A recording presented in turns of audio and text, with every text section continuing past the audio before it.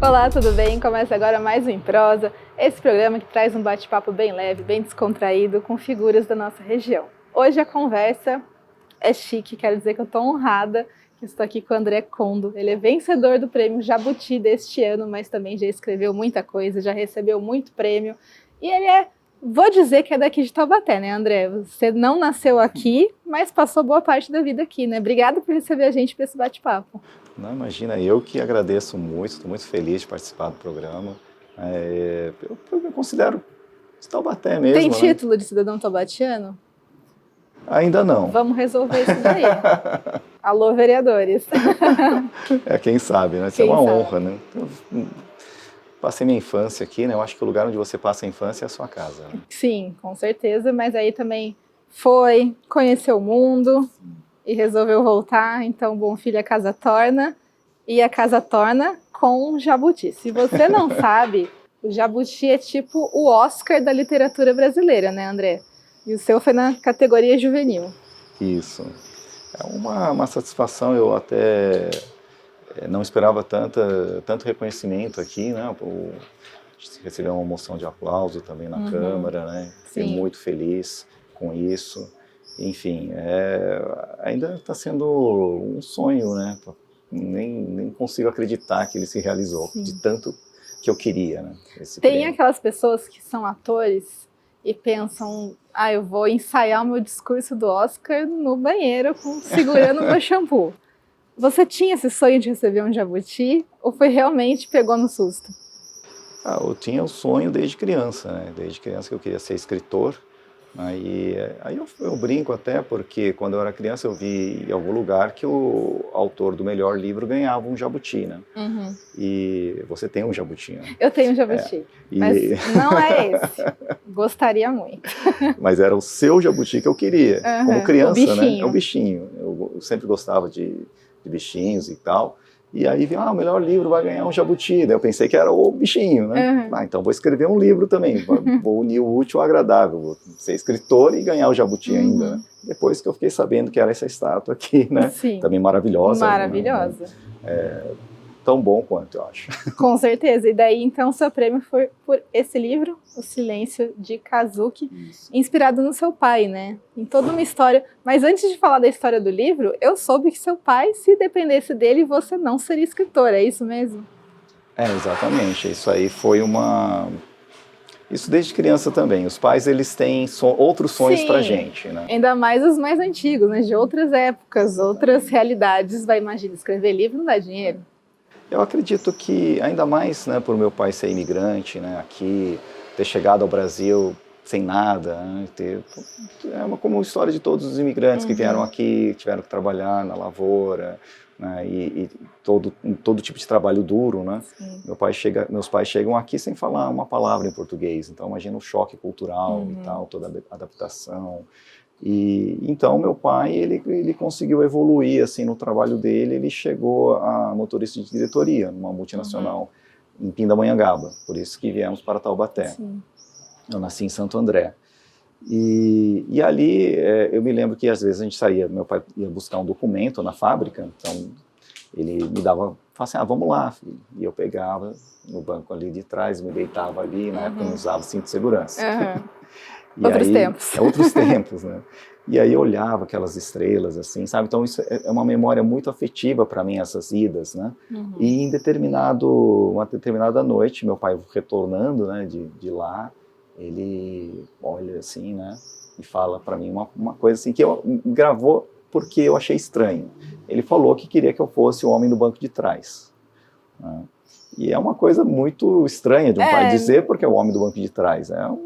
Ele queria que eu fosse o chefe, né? Que ele era motorista e levava pessoas importantes no banco de trás.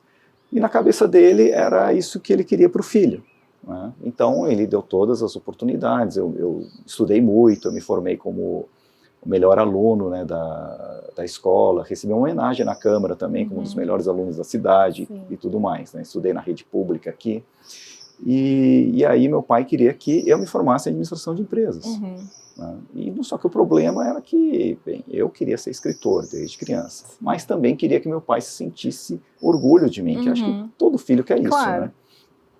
Então eu tentei, né? Na verdade foi muito turbulento isso, né? Porque eu acabei passando na Unesp, né? Era uma universidade perto da fazenda onde meu tio mora, né? Até hoje, porque eu amo muito meu tio, assim, né? Da família Yoshinaga, e eu queria morar com eles quando era, né? Desde que porque eu passava minhas férias lá também.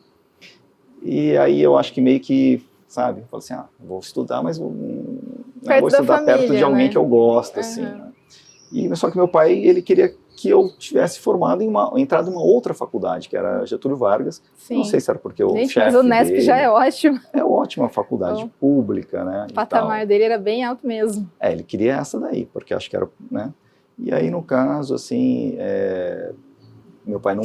Eu falei que passei no Unesp, ele não ficou contente com isso, né? A gente teve um desentendimento e tal. E foi muito duro, assim, né? E no final das contas, eu permaneci em Taubaté, né? Estudei na Unital, é uma faculdade boa também, sim, só que não era o que eu queria fazer, né? Eu não queria estudar administração de empresas, eu queria ser escritor. Claro. Então, não importa em qual faculdade você vai estudar, se não é aquilo que você quer, não vai ser boa para você. Pode ser a melhor do mundo. Pode ser a melhor do mundo. Tanto que, por exemplo, o que aconteceu foi assim, eu estava indo tudo bem, eu me formei, né, em administração de empresas, entrei numa multinacional, né, na Nestlé, e aí na época eu ia receber a minha primeira promoção, era muito jovem ainda, mas ia receber já a minha primeira promoção para coordenar uma equipe, né, que a gente trabalhava na área de vendas e marketing, né, da Nestlé, e o caso era que os meus amigos que trabalhavam na equipe seriam todos demitidos. Nossa. E aí eu assumiria um cargo, né, para coordenar a nova equipe que seria contratada, obviamente, com salário menor. Uhum. Então, aquele ponto da minha vida deixou muito claro que eu não queria fazer aquilo. Uhum. Porque eu fiquei imaginando, como que eu posso me sentir promovido se todos os meus amigos estão infelizes, estão tristes, né? Então, mesmo assim, eu queria agradar meu pai e menti para ele. Falei, olha, pai, não menti não, né? Na verdade, eu conheci uma pessoa na Nestlé que tinha um cargo interessante. Uhum. Ele trabalhava no marketing, ele vivia em vários países, né, em um determinado período, estudava, né, o mercado, e aí retornava na sede na Suíça, né, com relatórios e tudo mais. Eu achei muito interessante. Só que um dos requisitos é que a gente precisava ter um mestrado em uma faculdade de ponta, além de falar outras línguas. Eu já falava um pouco japonês, né, entendido inglês e tal. E aí entrei na Universidade de Sydney, na Austrália, em marketing, né, para fazer um mestrado em marketing. Tudo isso porque, né, ainda estava seguindo o plano do meu pai até esse ponto. Sim. Só que quando eu chego lá na Austrália, nessa universidade, eu encontro a maior biblioteca universitária do Hemisfério Sul. Aí não tem jeito, né? O coração bate mais forte. Não tem jeito, eram andares e andares de livros. E num desses andares eu encontrei sobre literatura brasileira. E em uma prateleira encontrei livros de Monteiro Lobato. O olho brilhou. E no original em português. Era o mesmo livro que tinha me encantado quando eu era criança e que me fez ter essa vontade de me tornar um escritor. Então aquilo mexeu comigo. Né? Porque eu estava fazendo uma faculdade, eu não queria fazer aquilo. Aí várias coisas aconteceram, eu passo um tempo viajando pelo deserto, na Austrália, né? E ali eu encontro um aborígene, né, que a gente tem não sei se você sabe, sim, mas os aborígenes têm uma crença muito forte que é do Tugurpa, né, do tempo dos sonhos, e nessas crenças a gente não pode tirar uma foto do aborígene porque você rouba a alma dessa pessoa. Sim. E aí, aquele aborígene, quando ele me viu com a câmera na mão, isso foi 2000, não me lembro muito bem, mas foi no início desse século. E aí, quando ele me viu com aquela câmera, ele falou para mim que eu podia tirar foto dele. E aí eu pergunto para ele, mas você não tem medo de perder sua alma? Aí ele responde para mim, eu não tenho mais alma. Eu já vendi minha alma há muito tempo. Nossa. E aí ele me pediu dinheiro para que eu tirasse a foto. Quando eu retorno, quando eu estou ali na Universidade de Sydney, aquilo me fez pensar muito sobre a minha vida. Porque eu pensei, poxa, eu estou fazendo exatamente o que aquele aborígene... vendendo a sua alma. Estou vendendo a minha alma, né? Para quê? Por dinheiro. Né? Para ter um motorista como meu pai, para me levar por lugares que eu não queria ir. Né?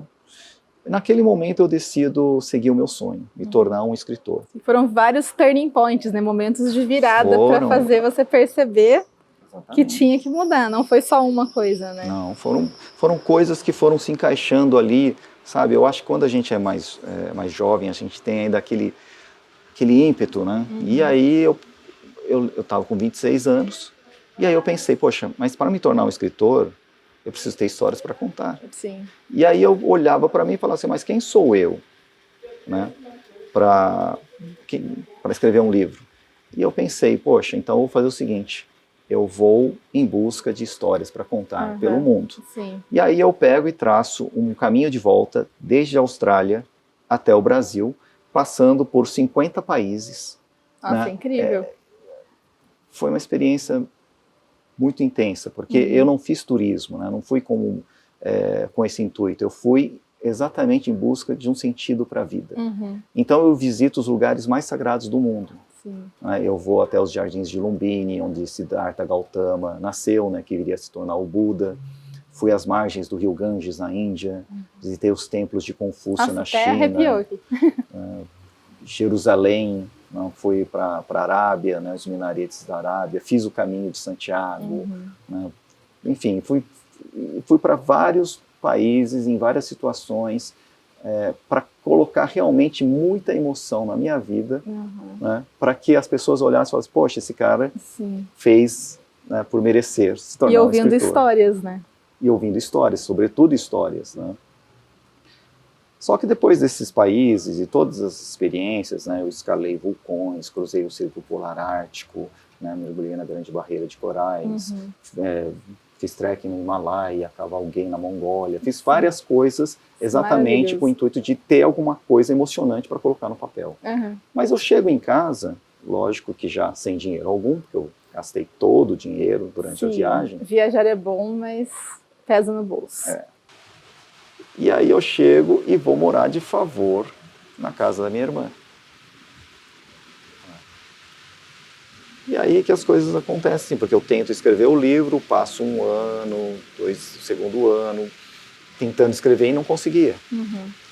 E meu pai... né, mesmo com toda aquela bagagem. Mesmo com toda a bagagem, porque na verdade, como que você vai colocar a emoção, né, que você viveu após andar, por exemplo, centenas de quilômetros e enxergar as torres da Catedral de Santiago, né, depois de toda aquela caminhada? Você não consegue colocar isso no papel. Sim. Né, porque por mais emocionante que seja um livro, a vida real é muito mais. Claro. Né? Só que eu não sabia disso ainda. Tentei escrever o livro e aí meu pai foi lá, né, bateu na porta, no quarto onde eu estava, de favor, na casa da minha irmã, e falou que estava na hora de eu voltar a trabalhar. E aquilo foi terrível para mim, né, porque eu já estava fragilizado, porque eu não conseguia escrever o livro. E eu não queria fazer outra coisa além daquilo. Né? E o que aconteceu foi o seguinte, ele pegou e perguntou para mim, né, o que eu estava fazendo, eu falei que eu estava trabalhando, daí ele pergunta, mas esse seu trabalho, né, de escritor, ele coloca comida no teu prato? Palavras, né? Palavras não enchem a barriga. Exatamente. E aí a gente briga, né? Eu falo com ele que não, né? A gente briga, meu pai fica super chateado, a gente tem esse ponto de ruptura. Né? E eu tento outra viradinha nessa chave. Exatamente. Eu tento fazer exatamente... Enfim, é que eu fico um pouco assim, né, porque quando ocorreu esse desentendimento, eu fiquei muito trancado em mim. Né? E aí, eu tinha o meu melhor amigo, né, na época, o Felipe, né, que é aqui de Taubaté, e aí a gente teve a gente conversou na época, ele queria conversar comigo, eu acabei deixando ele na mão e ele acabou falecendo. Então aquilo foi muito forte para mim, né? Porque eu me sentia totalmente fracassado. Porque eu já não conseguia escrever o livro, meu pai tinha vergonha de mim, e eu tinha perdido o meu melhor amigo de uma forma que eu me sentia culpado. Hoje eu entendo que não. Claro, mas naquela época eu tinha muito claro isso, sabe? O sentimento de que eu tive culpa por ele, por não ter dado o apoio que ele precisava naquele momento. E aí é que eu vivo aquela situação de rua, né? Que eu passei alguns meses, né? Justamente porque eu estava totalmente desorientado. Estava me sentindo fracassado e aí, com muita depressão, acabei na rua durante 4 meses apenas. Mas esse período... Apenas é muita coisa. Mas eu acho que quando eu passo esse tempo na rua, muitas coisas aconteceram ali. Então eu conheci muitas pessoas com histórias assim muito pesadas, sabe? E uma delas que me marcou muito, né, que tinha um pai que era cego, e ele estava na rua, e ele me confidenciou que ele estava ali porque ele estava procurando pelo filho dele, que tinha desaparecido. E aí eu fiz uma pergunta ingênua, perguntei para ele, mas como que o senhor vai encontrar seu filho se o senhor não enxerga? Né, se ele passar na sua frente, né, como que vai? E aí ele me responde uma coisa, ele responde assim, eu não sei como é que eu vou encontrar meu filho. A única coisa que eu sei é que eu não posso parar de procurar. Ai, meu Deus. Quando ele fala aquilo, sabe? E eu fiquei pensando... Acho que eu chorava se acontecesse comigo.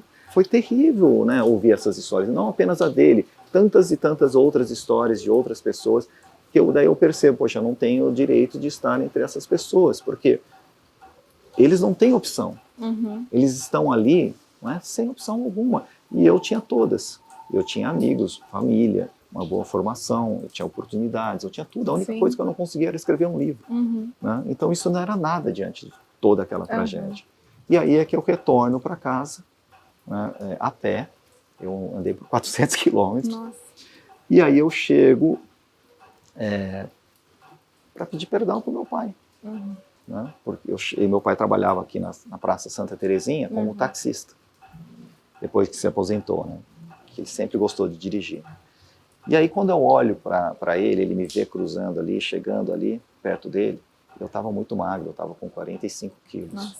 Estava todo o rosto cadavérico, as costelas saltando, a camisa toda... esfarrapada. Né? Tava um trapo mesmo, né? E aí ele me vê chegando naquela situação, e aí eu tenho certeza que ele percebeu que eu tinha aprendido a lição. Né? Porque naquela ocasião que a gente brigou, ele tinha falado uma coisa que eu guardo até hoje. Né? Porque quando eu falei que estava ali escrevendo o meu livro, né, e a minha irmã estava me ajudando, colocando comida no meu prato, e aí ele disse que eu era pior do que um mendigo, né, porque o mendigo explorava quem não conhecia e eu explorava quem me amava. Duro. Foi muito Duras duro. palavras. Duras palavras, mas reais. Porque eu acho que, assim, independentemente do sonho da pessoa, né, se a gente tem um sonho, o sonho é nosso. As pessoas podem ajudar, sim, só que o sonho é nosso. Sim. Quem tem que arcar com o peso desse sonho somos nós. A gente não pode pegar e colocar esse peso nas costas de outra pessoa, sobretudo das pessoas que a gente ama.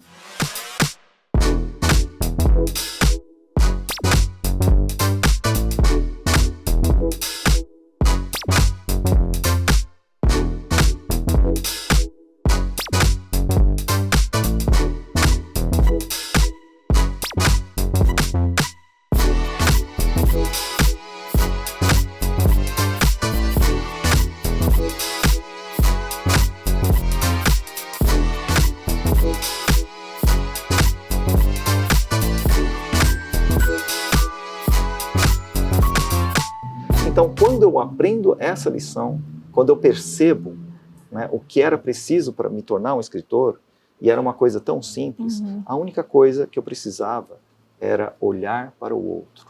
Sim. Sabe? Porque tudo que a gente faz na vida, a gente não faz para nós, a gente faz pelos outros. Um livro é escrito não para a gente, é para outra pessoa ler. Sim. Não é? Essa reportagem que você está fazendo, né? Não é para você. Ainda que eu esteja aprendendo muito, eu quero que muitos aprendam também. É uma missão, né? Você está levando histórias para outras pessoas, compartilhando isso. Então, tudo isso é importante. Mas você percebe que essa foi a sua própria jornada do herói? Você viveu a sua jornada do herói? Eu imagino que sim, né? E nessa jornada eu encontrei muitas pessoas que me ajudaram, né? De verdade, me ajudaram muito. Né? Então, por isso que quando eu chego naquele palco no Teatro Municipal no Rio de Janeiro para receber o Prêmio Jabuti, eu tinha muito claro em minha mente de que eu estava ali carregando tantas e tantas pessoas. Passou todo o filme na sua cabeça. Passou um filme, sim. Foi tão incrível, assim, eu estava totalmente desnorteado, perdido. E aí eu me lembrei também do meu melhor amigo, né, o Felipe, que partiu, né? Ele me incentivando desde o início, sabe? Desde o início. Eu me lembro que a gente se formou no Municipal, né, na época, o Ezequiel, aqui em Taubaté. E aí, depois da formatura, a gente andando pelas ruas de madrugada, a gente subiu a escadaria da Igreja Sagrada Família, ali perto de onde eu moro. Sim, pertinho da Câmara. E aí, ele pegou e perguntou o que eu ia fazer. E eu falei, eu fiz a inscrição para o vestibular, para a administração de empresa, em tais faculdades. E ele falou, não faça isso. Ele já deu a dica desde cedo? Desde sempre, ele já sabia. Desde sempre. Ele falou assim, você quer ser escritor, por que você vai fazer isso? Aí eu peguei e falei, não, porque eu vou fazer primeiro, né, isso daí para ganhar dinheiro, para depois eu poder me dedicar. Ele falou, não, o tempo é muito curto, você tem que fazer agora. É engraçado, né, que às vezes as pessoas que partem jovem, parece que o inconsciente dela sabia que para ela o tempo era curto, né? Talvez. São tantas coisas assim, sabe, que eu me lembro daquela época. E uma delas foi assim que a gente teve, pouco antes dele falecer, eu tive assim uma sensação muito forte de morte, sabe, muito forte. E aí a minha família pensou que eu estava, né, meio doido, não sei o quê. Mas eu estava me sentindo que alguma coisa ia acontecer e realmente aconteceu. Aí eu me lembro que as coisas, por exemplo, que a gente queria fazer e não tinha dado certo, por exemplo, quando os Rolling Stones vieram pela primeira vez no Brasil, e eu queria que a gente fosse, ele não conseguiu ir no show comigo. Aí eu fui sozinho. Naquele ano lá, daí os Rolling Stones vieram e a gente foi no show juntos.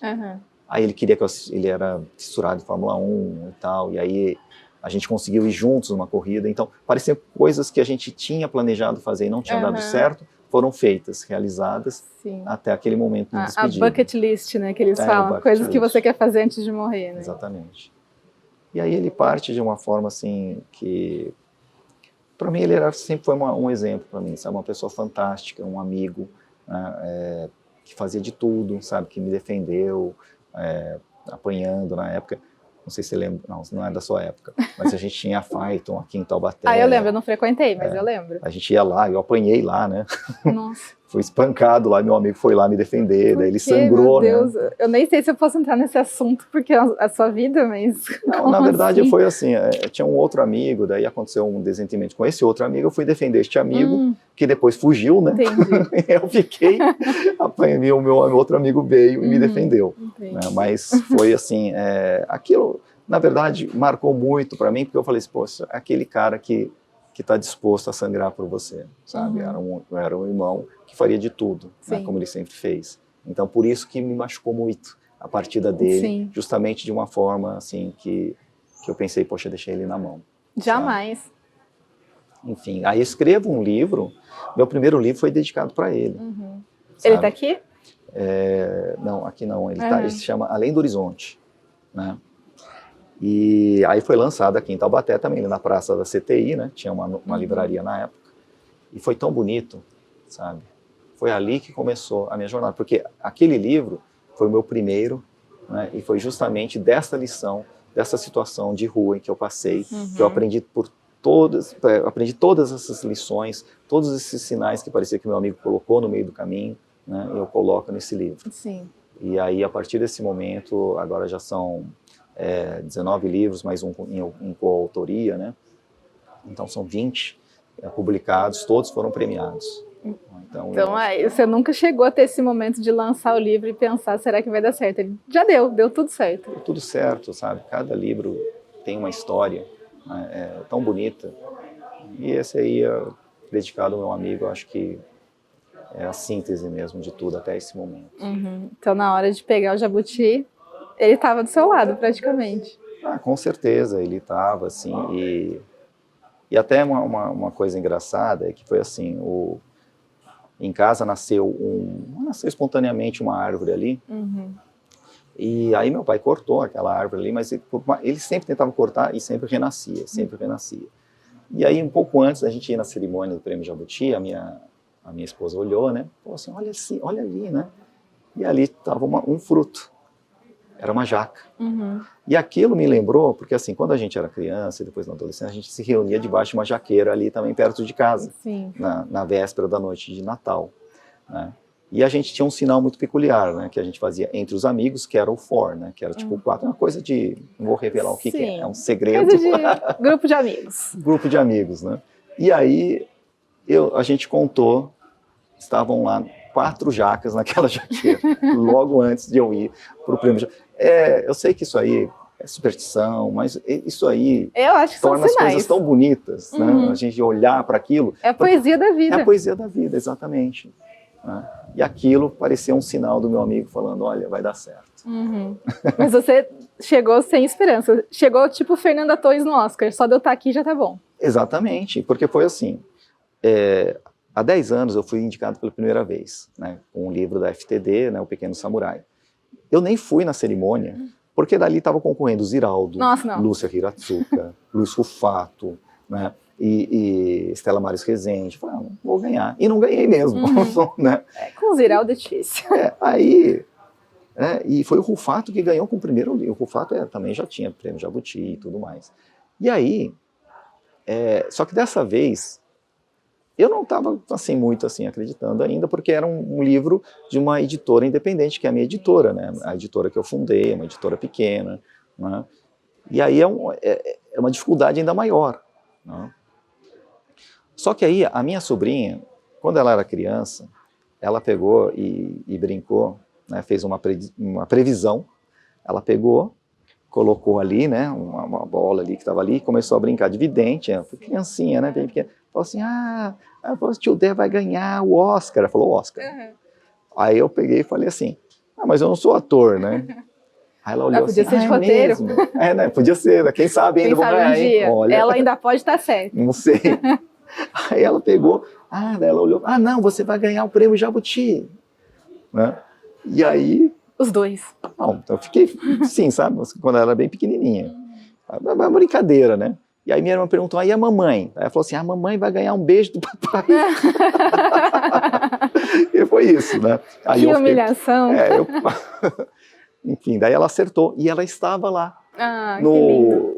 Estava lá no teatro, né, municipal, e ela gritou tanto, sabe? E ela chorou, porque ela tinha certeza que eu ia ganhar. E tanto que a minha irmã mandou uma mensagem para mim, disse assim, eu não estou preocupado se você não vai ganhar o Jabuti, eu estou preocupado com a Sayuri. Porque se ela não ganhar, ela vai ficar muito triste, porque ela tem certeza que você vai ganhar. Né? Então, comigo ela não estava preocupada. Né? Eu já estou acostumado, assim, já estava. Né? Não tinha ganhado outra vez, se não ganhasse também. Né? Já está escolado já. Já estava... calejado com isso. Mas aí você falou que ela acertou. Ela acertou, e aí estava minha mãe lá, sabe? Eu levei minha mãe, mamãe. Porque, por exemplo, se o meu pai foi a pessoa que nunca quis que eu fosse escritor, né? O sonho é que eu fosse uma pessoa importante, o sonho da minha mãe era um só, que eu fosse feliz. Sabe? Então, minha mãe sempre apoiou, ela carregava os meus primeiros livros independentes, ia vender nas ruas, sabe? Ela ia... Né? Então minha mãe é uma pessoa assim que eu tenho que escrever um livro sobre ela porque ela é uma pessoa fantástica também, e ela estava lá, né? E também a mulher da minha vida, né, que é a Lili Araújo, que também é uma poeta. Você sabe que recentemente a gente voltou nesse final de semana, ela recebeu 2 prêmios por poesia, né, o prêmio Moltonier e o prêmio FEMUP, que a gente ganhou junto. É uma pessoa fantástica, uma escritora que vem... Então, quando eu olho para as pessoas ao meu redor, para as pessoas importantes, são pessoas que a literatura trouxe, assim como ela, né? Sim. Então, para mim, o Prêmio Jabuti, ele simboliza tudo isso, sabe? Aquilo que chega e fala, olha, você acertou na sua escolha. Uhum. É a literatura que é a sua vida. Todos os perrengues, todos os buracos, lombadas da vida valeram a pena. Valeram a pena. E como seu pai já tem mais de 80 anos, ele não foi no evento, você levou o jabuti para ele ver? Qual foi a reação dele? Bem, primeiro eu perguntei para o meu pai se ele queria ir. Né? Pai, a gente vai ter... Eu expliquei para ele, né, o que estava acontecendo, o livro da sua história e tal. Né? Aí ele perguntou, então o senhor quer ir? Não. Sucinto. Ele falou, não. Aí beleza, né? Mas uma coisa que eu achei assim, que me emocionou que ele falou, né? Aí eu peguei, aí ele pegou, olhou assim, né? E falou assim, não, pai, mas o senhor não vai porque o senhor já sabe que eu vou perder. Falei assim para ele. Ele olhou para mim, não, você vai ganhar. Então foi a primeira vez que ele foi positivo numa coisa assim, disso aqui, sabe? Então aquilo foi muito significativo para mim. Aí eu falei assim, agora mais pressão, né? Agora eu tenho que ganhar. Agora eu vou ter que ganhar. Mas quando eu pego o jabuti, né? Aí eu peguei, assim, entreguei. Na verdade, eu recebi 2, né? É, porque eu ganhei como editor e como escritor. E aí, por isso que eu olho, é interessante isso, porque parece que é uma coisa assim que fala assim, que demonstra que a gente nunca está sozinho, né? Sempre acompanhado nessas vitórias, né? Que tanta gente me ajudou para que eu chegasse ali, eu não cheguei ali sozinho, né? E aí eu entrego o jabuti na mão dele, ele pega, olha assim, não falou nada. Mas eu fiquei vendo o olhar dele. Ele olhou, fez assim, quase sorriu. E aí ele colocou na mesa. Sabe? Aquilo me emocionou. Só daquilo. Não precisa falar parabéns. Não precisa. Certas coisas a gente percebe no sentimento e no olhar, né? Exatamente. Então agora você sente que a passos de jabuti você chegou aonde você queria chegar. Exatamente, é muito simbólico, né? É muito simbólico mesmo. E de todos esses livros, então, ele acaba sendo o seu favorito? Ou você é realmente autor pai que gosta de todos os livros de maneira igual? Gosto de todos, né? Não tem como... porque cada um tem uma história, né? Então, e não é a história do livro, é a história de como aquela história foi escrita, né? E ela é muito carregada de acontecimentos da vida real também, né? É inspirado na minha avó, tendo meus amigos, coisas assim, né? E então, dizer assim, para começar, esse livro assim, ele nasceu de uma forma bem assim turbulenta, né? Porque primeiro que é um livro que recebeu uma bolsa do PROAC, né, do governo do estado de São Paulo, uma bolsa de criação literária, e aí só que você tem um contrato, né? Você tem um período para você fazer, escrever o livro e tal. E aí ele foi aprovado, foi selecionado, eu cheguei lá, falei, pai, olha, agora a gente está sob força de contrato, né? A gente precisa publicar esse livro, agora eu preciso que o senhor conte a sua história. Sim. Porque a ideia do livro era a biografia da vida dele. Porque é uma biografia muito interessante, né? Das poucas coisas que eu fiquei sabendo, eu achei interessante, né? Ele nasce numa situação de guerra, né? Quase morre ao nascer e tudo mais. Só que ele não me ajuda em nada, sabe? Eu cheguei, falei, pai, agora tá aqui, né, vamos começar, né, pode começar, pode falar.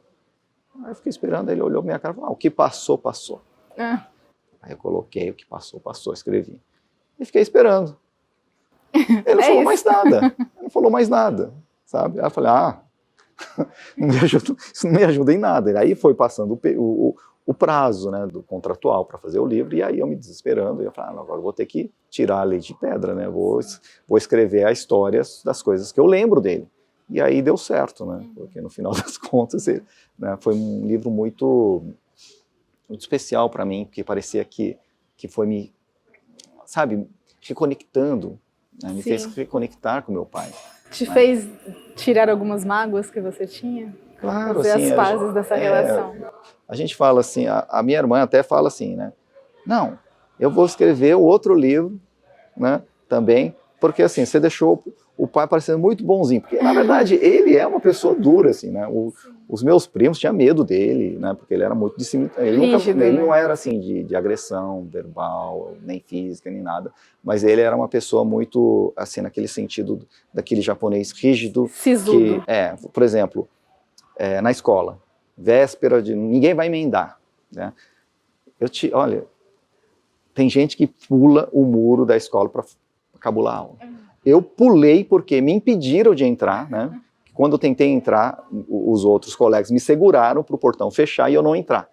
Eu tive que pular o muro para entrar na escola, porque eu sabia que eu ia ficar com medo do meu pai, porque eu falei, ele vai ver que eu faltei. É toda uma cultura, né? É toda uma cultura, não podia faltar. É muito rígida com a educação. Muito rígida. Mas ele tem razão, porque ele falou assim, e ele não teve oportunidade de estudar, entendeu? Eu estava tendo essa oportunidade. Eu não podia desperdiçar isso. Claro. Eu não podia desperdiçar. Era e você não desperdicou. Não desperdicei. Tudo que você aprendeu chegou nos livros. Com não certeza. Era na concepção que ele queria, mas eu acho que hoje ele pensa que no caminho torto que você fez, chegou onde ele queria. Você virou uma pessoa de sucesso e feliz, que é o que sua mãe queria. Exatamente. Então, aí que eu vejo que esse prêmio foi importante, né? Porque eu me tornei essa pessoa importante que o meu pai queria que eu me tornasse, porque receber o maior prêmio da literatura, né, é uma coisa importante. Então,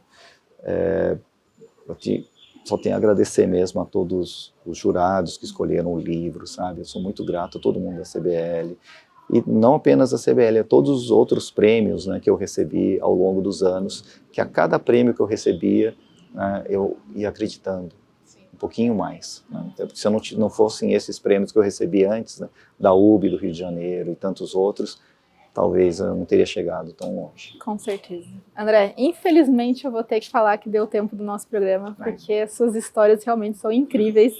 E assim como você ouviu muitas histórias que te inspiraram, a sua me inspira também. Parabéns pelo seu feito, por tudo que você ainda vai fazer, pelo Oscar que você ainda pode receber. Vai que... Às vezes um roteiro adaptado de alguma coisa que você já escreveu. Quem sabe. E continua escrevendo, continua nesse caminho. Os livros são todos belíssimos, tenho certeza. E o mais famoso agora é esse, né? O Silêncio, de Kazuki, que dá para encontrar por aí para comprar nas plataformas. Eu já dei uma olhada, eu vi que tem. Então não é difícil de achar. Vamos prestigiar esse escritor quase taubatiano, mas que trouxe o prêmio para cá. É isso que importa. Obrigada, André, de novo, por ter recebido a gente. E agradeço a vocês também pela audiência. Se inspirem e aprendam com o André que todo sonho é válido. Às vezes o caminho é tortuoso, mas dá certo. Tá certo. Até a próxima. Tchau, tchau.